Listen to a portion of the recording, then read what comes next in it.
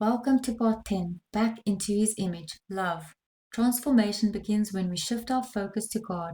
It is a law both of the intellectual and the spiritual nature that by beholding we become changed. The mind adapts to what it dwells on. When we behold Jesus through the Bible, prayer, and reflection, His love and character begin to shape us. Oh, how I love your law! It is my meditation all the day. God's law is love. Meditation in this context means thinking about.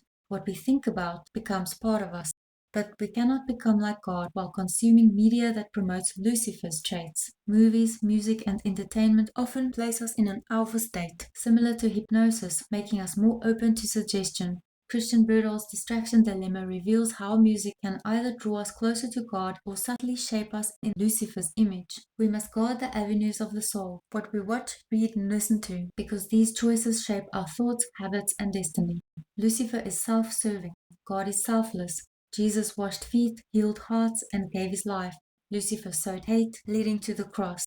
Even narcissists, sociopaths, and psychopaths can be changed if they seek God. His love can reach anyone.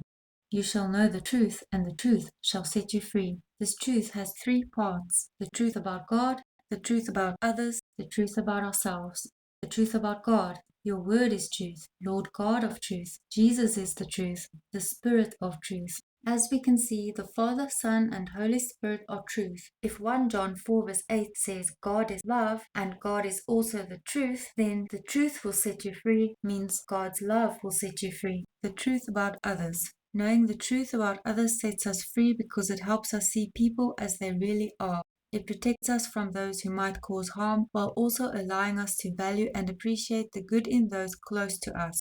The truth about ourselves.